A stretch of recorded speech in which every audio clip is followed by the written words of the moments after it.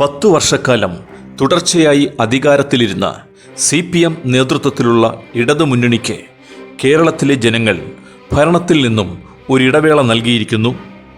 Indian national കോൺഗ്രസിൻ്റെ നേതൃത്വത്തിൽ പുതിയ ഭരണാധികാരികൾ അധികാരമേറ്റെടുത്തിരിക്കുന്നു.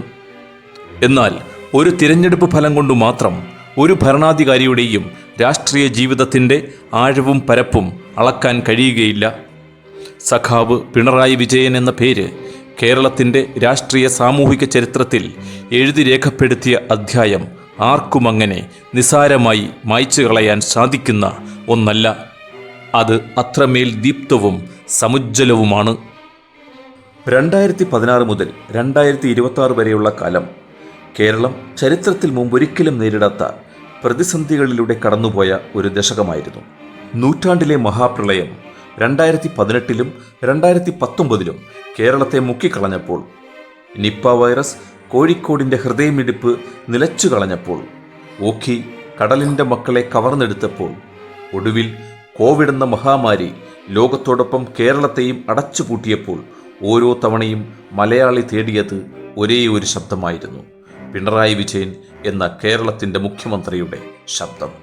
എല്ലാ ദിവസവും വൈകുന്നേരം 6 മണിക്കുള്ള ആ പത്രസമ്മേളനങ്ങൾ കേവലം കണക്കുകളുടെ വിവരണമായിരുന്നില്ല. ഭയത്തിൻ്റെ മുൾമുനയിൽ നിന്ന ഒരു ജനതയുടെ ആത്മവിശ്വാസം വീണ്ടെടുത്ത മണിക്കൂറുകളായിരുന്നു അത്. സർക്കാർ കൂടെയുണ്ട്, നമ്മൾ അതിജീവിക്കും എന്ന് ഒരു മുഖ്യമന്ത്രി സ്വന്തം ജനതയോട് ആവർത്തിച്ചു പറഞ്ഞപ്പോൾ അത് വെറും വാക്കായില്ല. ക്വാറന്റൈൻ കേന്ദ്രങ്ങളും കമ്മ്യൂണിറ്റി കിച്ചണുകളും ഭക്ഷ്യക്കിറ്റുകളും പുറത്തുനിന്ന് തൊഴിലിനായി എത്തിയവരെ ആദരപൂർവ്വം അതിഥി തൊഴിലാളികൾ എന്ന് പേരിട്ട് വിളിച്ചതും മരണനിരക്ക് ലോകത്ത് ഏറ്റവും കുറഞ്ഞ നിലയിൽ പിടിച്ചു നിർത്തിയതും ഇതെല്ലാം ആ വാക്കുകൾക്ക് പിന്നിലെ ദൃഢമായ ചിന്തയും പ്രവൃത്തിയും മൂലമായിരുന്നു. അന്ന് പ്രതിസന്ധികളിൽ പതറാത്ത ഒരു ക്യാപ്റ്റനെ കേരളം കണ്ടു. ദുരന്തങ്ങൾക്ക് നടുവിൽ ഒരു നങ്കൂരമായി ജനങ്ങൾ ആ ഭരണകൂടത്തെ കണ്ടു. അതുകൊണ്ടുതന്നെ തോൽവി പിണറായി വിജയൻ്റെ ക്യാപ്റ്റൻസിയെ അല്പം പോലും ഇല്ലാതാക്കുന്നില്ല. ഇനി വികസനത്തെക്കുറിച്ച് പറയുകയാണെങ്കിൽ കേരളത്തിൽ ഒന്നും നടക്കില്ല എന്ന സ്ഥിരം പല്ലവി തിരുത്തി എഴുതിയ കാലമായിരുന്നു അത്. ഗെയിൽ പൈപ്പ് ലൈൻ, ദേശീയപാത 66-ൻ്റെ 6-വരി പാത, കണ്ണൂർ വിമാനത്താവളം, കൊച്ചി മെട്രോയുടെ പുതിയ പാതകൾ, വാട്ടർ മെട്രോ, തീരദേശ ഹൈവേ, അങ്ങനെ സമരങ്ങളും കോടതി കേസുകളും കൊണ്ട് വർഷങ്ങളോളം മുടങ്ങിക്കിടന്ന ബൃഹത് പദ്ധതികൾ ഒന്നൊന്നായി യാഥാർത്ഥ്യമായി.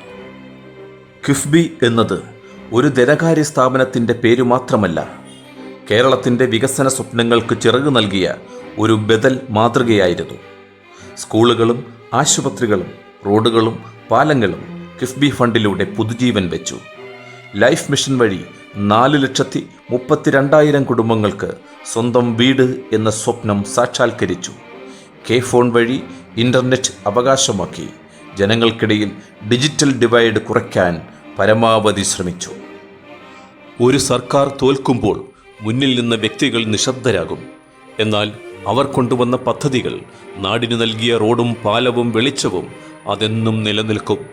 അവയൊക്കെ പിണറായി വിജയൻ എന്ന ഭരണാധികാരിയുടെ കയ്യൊപ്പായി ജനഹൃദയങ്ങളിൽ എന്നെന്നും മായാതെ കിടക്കും. ഒരർത്ഥത്തിൽ നട്ടെല്ലുള്ള നിലപാടിൻ്റെ പേരാണ് പിണറായി വിജയൻ. രാജ്യം മുഴുവൻ വർഗീയതയുടെ തീ പടരുമ്പോൾ കേരളം എന്ന ഈ ചെറിയ സംസ്ഥാനം മതനിരപേക്ഷതയുടെ അവസാനത്തെ കോട്ടയായി നിലനിന്നെങ്കിൽ അതിന് പ്രധാന കാരണം മുഖ്യമന്ത്രിയായിരുന്ന പിണറായി വിജയൻ്റെ അടിയുറച്ച നിലപാടുകളാണ്. പൗരത്വ ഭേദഗതി നിയമത്തിനെതിരെ നിയമസഭയിൽ പ്രമേയം പാസാക്കി രാജ്യത്തിന് വഴികാട്ടിയത് കേരളമാണ്. ഭരണപ്രതിപക്ഷ ഭേദമില്ലാതെ എല്ലാവരെയും ഒരുമിച്ചു നിർത്തി മനുഷ്യൻ ഒന്നാണ് എന്ന് പ്രഖ്യാപിച്ചത് ഈ നേതാവാണ്.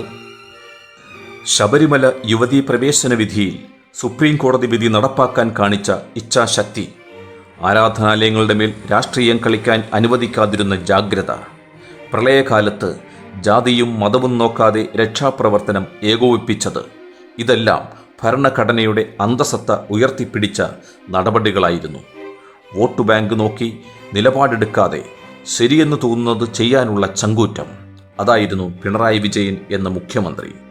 തോൽവി ആ നിലപാടുകളുടെ നട്ടെല്ലിനെ ഒട്ടും തന്നെ വളയ്ക്കുന്നില്ല. അന്നം മുതൽ അക്ഷരം വരെയുള്ള കാര്യങ്ങളിൽ ജാഗ്രത പുലർത്തിയ നേതാവാണ് പിണറായി വിജയൻ. 1600 രൂപ സാമൂഹ്യ സുരക്ഷാ പെൻഷൻ മുടങ്ങാതെ 60 ലക്ഷം മനുഷ്യരുടെ കൈകളിലെത്തിയത് ഒരു ഭരണനേട്ടം മാത്രമല്ല, ജനങ്ങളും ഭരണാധികാരിയും തമ്മിലുള്ള ഒരു വൈകാരിക ഉറപ്പായിരുന്നു അത്. കോവിഡ് കാലത്ത് ലോകം ഭക്ഷ്യക്കിറ്റ് നൽകിയ കേരള മോഡലിനെക്കുറിച്ച് പഠിച്ചു എന്നത് ഒരു വെറും വാക്കല്ല.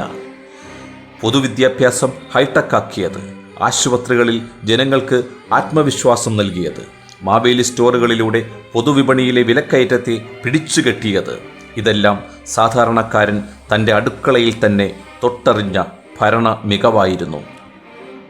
ആരും പട്ടിണി കിടക്കരുത്, ആരും ചികിത്സ കിട്ടാതെ മരിക്കരുത്, ഒരു കുട്ടിയും പഠിക്കാതിരിക്കരുത്.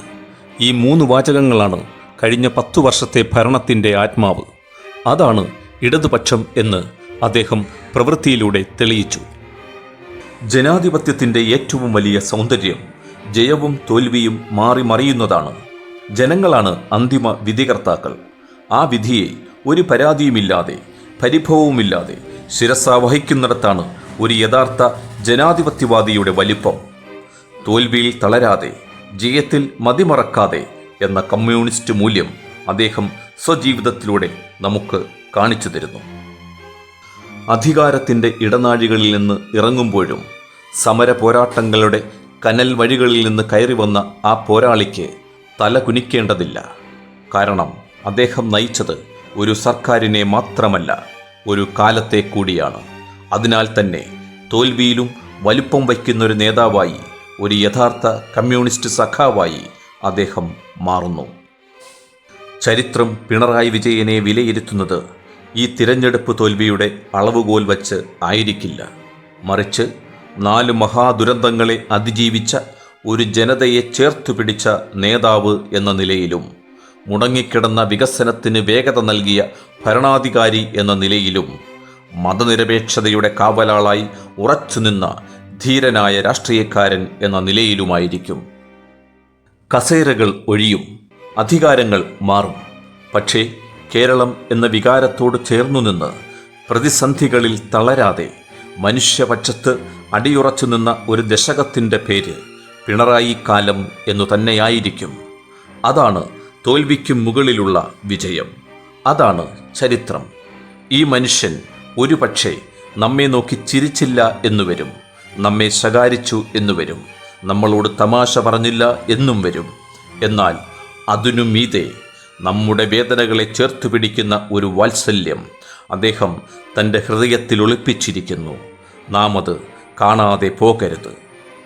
അതെ, പിണറായി വിജയൻ തോൽവിയിലും ജ്വലിക്കുന്ന ഒരു നക്ഷത്രം തന്നെ. ചങ്കൂറ്റത്തിൻ്റെ, സമർപ്പണത്തിൻ്റെ, സഹജീവി ബോധത്തിൻ്റെ, സമത്വത്തിൻ്റെ ഒരുജ്വല രക്തനക്ഷത്രം.